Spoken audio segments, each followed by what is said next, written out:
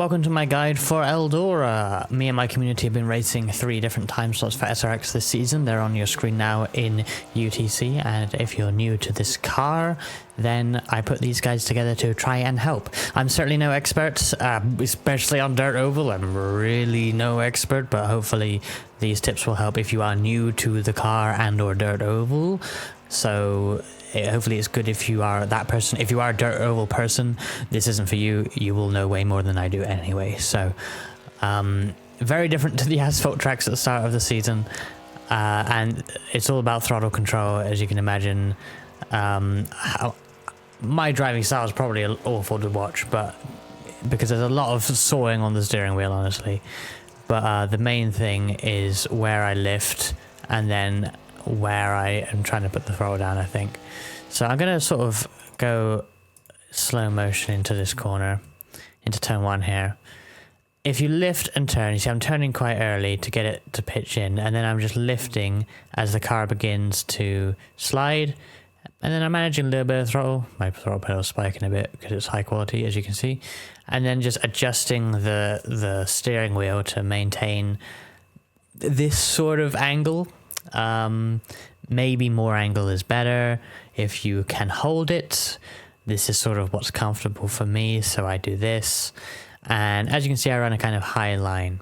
However, Dirt Oval is very the track evolves a lot, so I will show you in a minute where you may need to run, because if everyone runs up top, it will wear out and then you don't want to be up top anymore.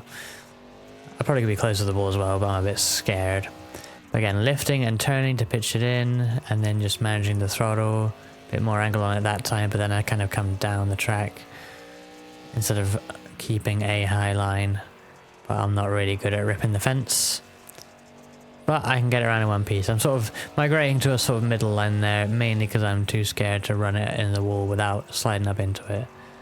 That was a bit better, but again, it sort of come off the wall at the end. Which, to be fair, looking at the dirt on the track, probably doesn't look like that bad of a line, but I feel like some people will rip it all the way around if the grip is there.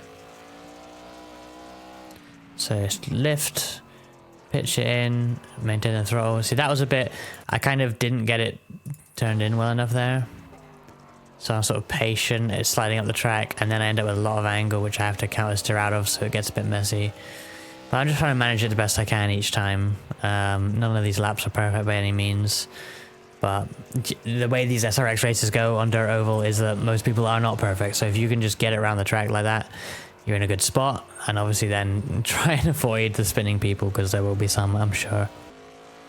Here is myself fumbling around on 100% track state. I let it auto-generate in the previous clip.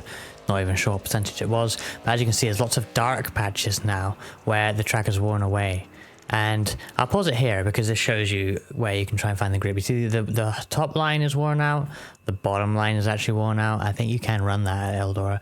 But here in the middle, you see there's dirt, like fresher dirt.